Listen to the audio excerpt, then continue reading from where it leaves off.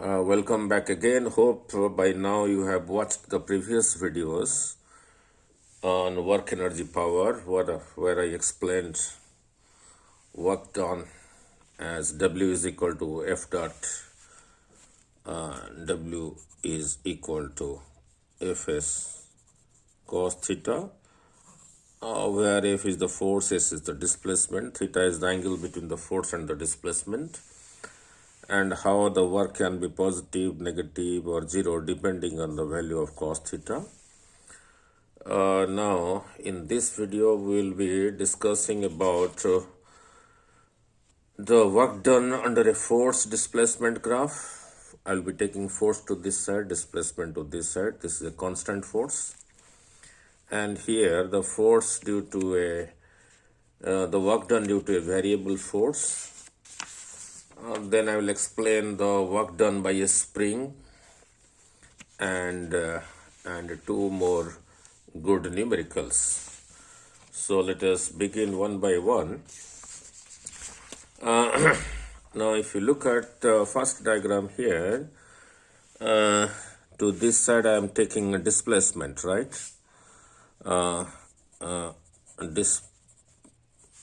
Displacement, let it be x. And to this side I have taken a force represented as F expressed in Newton, and displacement x represented in meter. So if you look at this line, this is your x-axis, origin, x, x dash, y, y dash. So this is a constant force. As the displacement changes, the value of this force is constant. There will be some number here, let's say 10 Newton, 20 Newton, whatever it is. Now, if you drop a perpendicular from here on the displacement axis, and another perpendicular from here on the displacement axis, then the area covered under the force displacement graph, where F is a constant force, is this area. And what will be this area? This length into this breadth. You can say this as length, this as breadth, no problem. So Fx. So if you take it as S, then this will be S. So here the work done is equal to this length into this length, that is F into x, and x is a displacement. And if this displacement and F are in the same direction, theta is 0, so cos 0 is 1. So work done is equal to positive. And Fx, this F into this x, is nothing but this area. If you call this point as x1 and this point as x2, then the displacement will be x2 minus x1. So your W will be equal to F times x2 minus x1. That is same thing as this area. And now let us then come back to, so the conclusion is the area under the force displacement graph gives you the work done. Then come back to the second diagram. This is your x-axis, this is your y-axis, positive y-axis, x dash, this is your y dash, negative y-axis. Now to this side I have taken the displacement, let it be x to this side, and to this side is your force along the positive y-axis. Now if you look at this dark line, this is the graph, the force displacement graph, and this graph is not parallel to x-axis, therefore F is not constant, so it is a variable force. Now then how to find out the work done? Now let us take this point as x1 and this point as x2. Now x1 corresponds to the displacement x1 corresponds to this amount of force, and at a displacement x2 the force is equal to this much. So this is a variable force. So here I consider 2 points very close to each other and I draw a perpendicular on x-axis. So we get such a thin rectangular area. Now the distance from here to here, this will be your dx, small displacement. And since these 2 points are very close to each other, so the force will be nearly constant. So the force will be nearly constant. So if I consider 2 points very close to each other on this variable force displacement graph, then for these 2 points the force is almost constant and the displacement is dx. So your work done will be F dx, small work done, that is equal to dw. So your total work done will be, if you are interested to find the work done when the displacement changes from x1 to x2, so your total work done will be integration of dw, that is equal to integration of f dx from x1 to x2, from x1 to x2. So what that will give? So that will give you this much of area. Let me highlight it. So when you integrate this function, the area will be this much. This is shaded portion and this is shaded portion.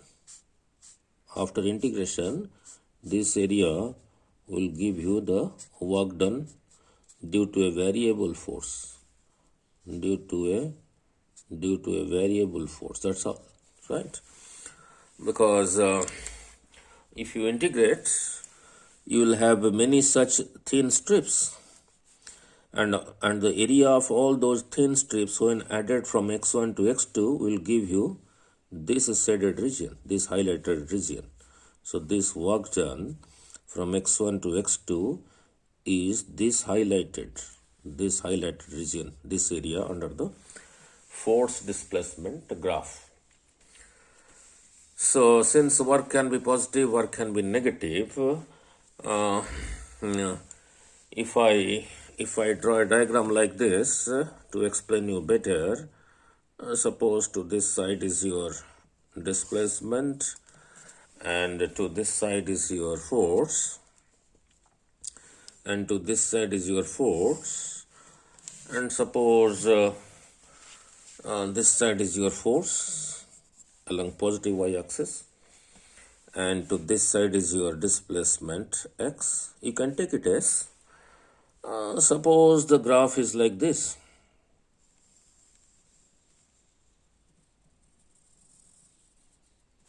Right.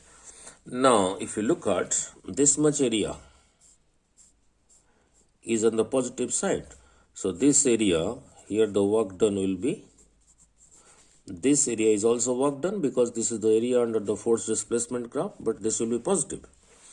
Similarly, this much part, which is below the displacement axis, this much area will also give you, let it be W1, let it be W2, this will be negative.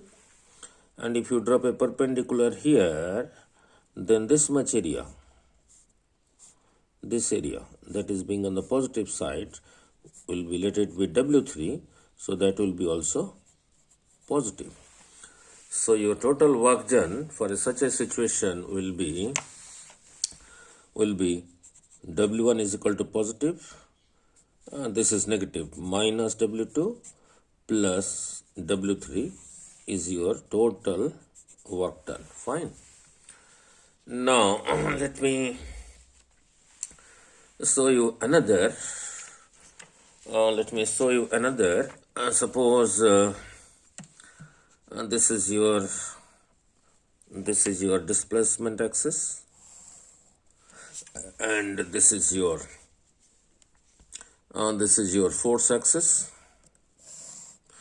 Suppose a force axis, force is to this side, F expressed in Newton, to this side is your displacement x expressed in meter. Suppose such a situation where we need to find out the work done, such a situation, right? Now, this point corresponds to a force, suppose equal to 10 Newton. Force is to this side, starting from 0 here, and from here, if you drop a perpendicular, suppose this point is written as 10, means 10 meter, and here it is written as from here to here 10, from here to here 10. So from here to here is 20. And again, let me slightly increase it, and this point. Now, so this point corresponds to 30 meter. Suppose we are interested to find out the work done at the end of the displacement. End of the displacement. Now what do you mean by it? Suppose you are required to find out the work done at the end of the displacement 10 meter, right? So then under the force displacement graph, here the displacement is 10. So if you drop a line here, then it is this area. This is in a triangular shape.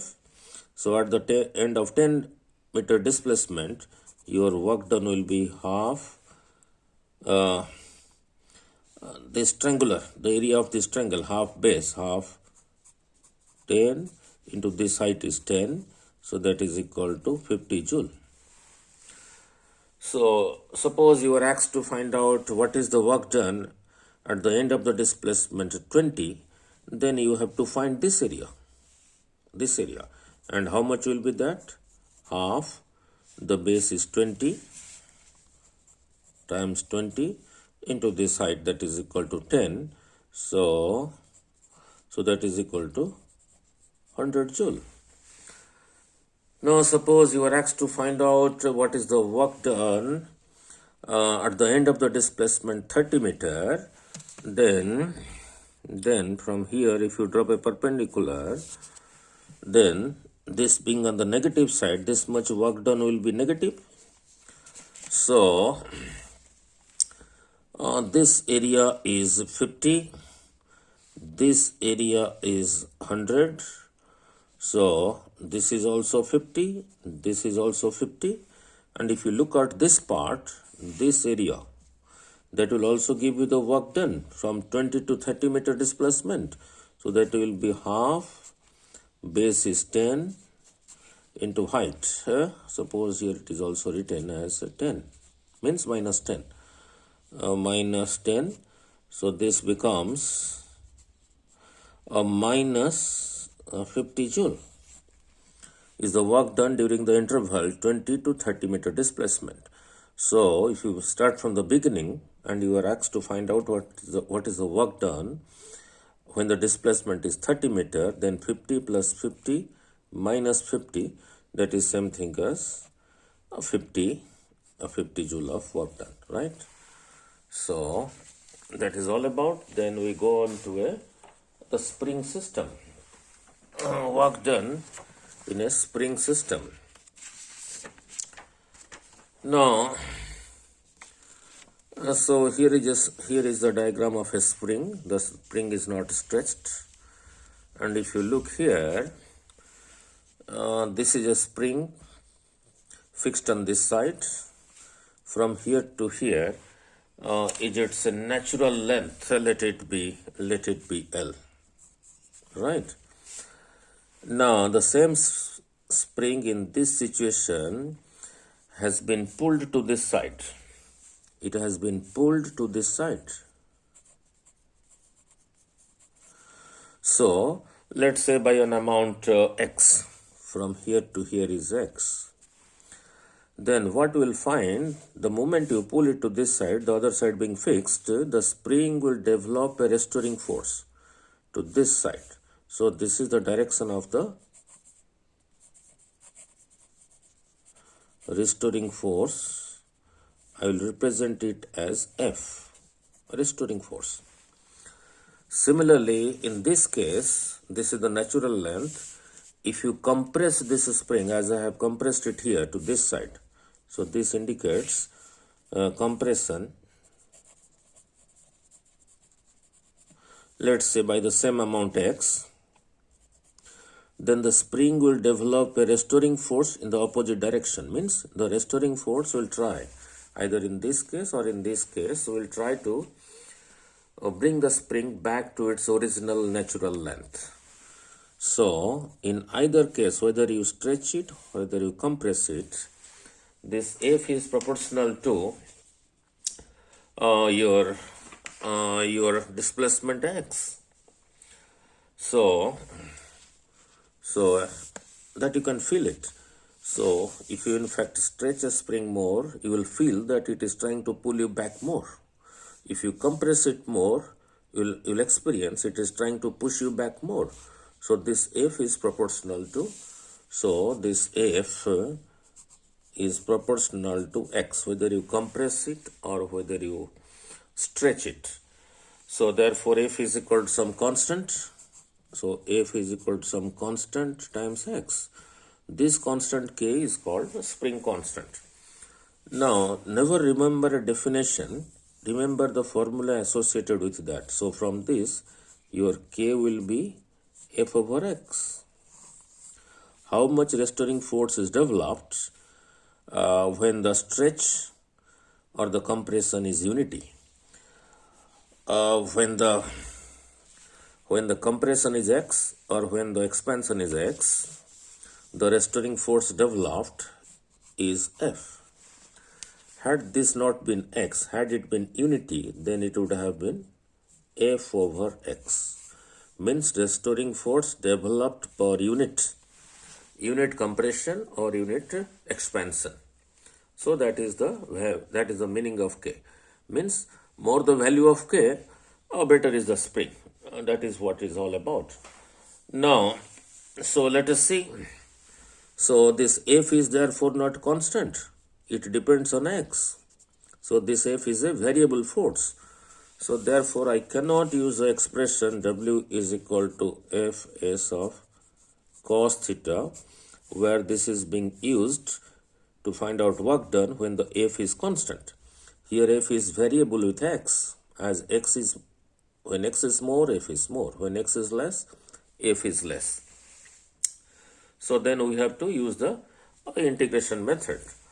So then we have to use the integration method. Therefore, let dW is equal to your F dot dx. That is the small work done dW when the displacement is, when the stretch or compression is dx. Now, since they are opposite to each other, so your dW will be equal to F dx cos of 180. Cos 180 is minus 1. So that is equal to minus F dx is the small work done dW. Small work done dW. So your total work done,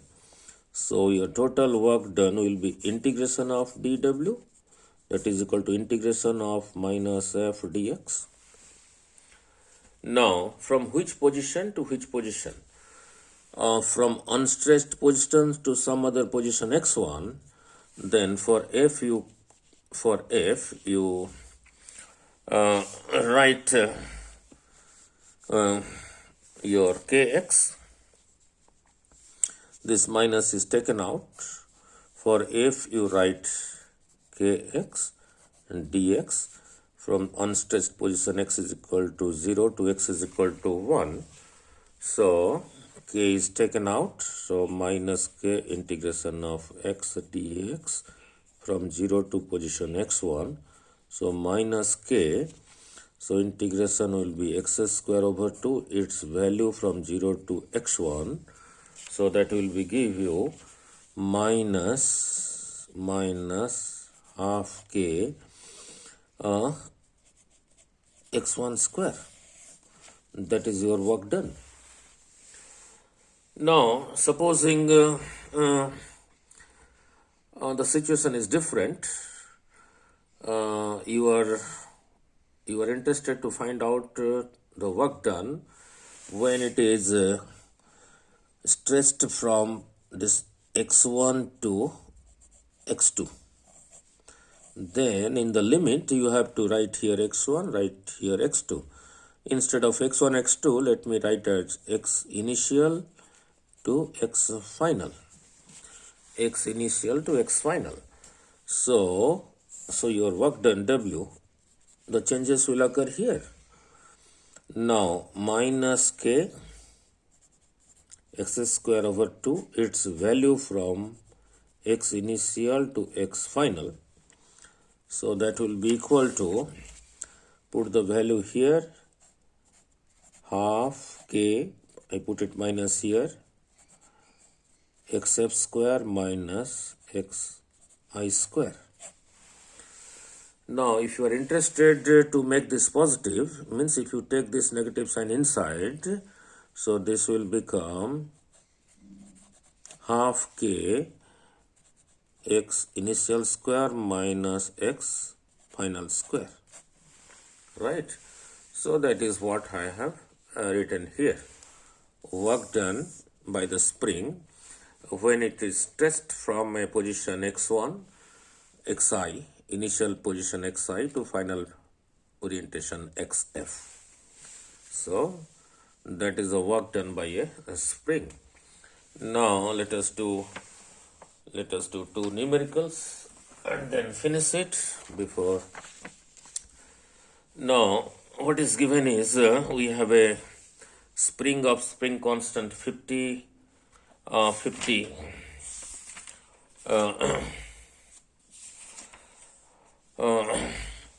look at the first one. It's a good numerical for your school examination, not for your JEE main or advanced. The second was in fact is a good one. Now here is the pen. Now a spring of spring constant 50 Newton per meter. The value of K is given. Is compressed from its natural position. Natural position means your xi, which I explained previously. Your xi is equal to 0 through 1 centimeter. Means your final position is xf. xf is equal to 1 centimeter. This is given in Newton per meter. The displacement is in centimeter. So you have to be careful. Now, so you have to be careful while solving it. So your work done will be, therefore your W will be equal to minus k x square, sorry, half of minus half, for k I write 50, and the displacement from 0 to 1, that is 1 minus 0 is 1, that is equal to, I have to convert that to meter, 1 by 100 square of that, so minus 1 by 2 into 50 times 1 by 10 to the power 4. So if you write it here, so minus 1 by 2 into 50, 10 to the power minus 4. So you can simplify, very simple, 5. This you can write it as 1050, 10 to the power minus 4, 10 to the power 1, 10 to the power minus 4, 5 over 2. That is equal to 2.5 minus 2.5 into 10 to the power minus 3. This many joules. So I converted centimeter to meter, so this many joules, minus 2.5 into 10 to the power minus 3 joules of work is done. Now let us come back to the next one. Now read the statement carefully. Now an elastic spring unstressed length is L. means when it is not stretched, the length of the string is L, and the force constant is given as K, is stretched by a small length x, then it is, after stretching by a small length x, it is again further stretched by another small length y. This line is important. The work done in the second stretch, So there are 4 choices given. Work done in the second stretch. So from unstretched position to a stretched position x, when it is stretched, the work done will be, that is same thing as the potential energy stored in the spring. So will be, let it be as U1 will be equal to half k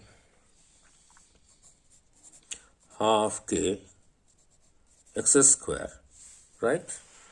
So this is your initial, make it equation 1.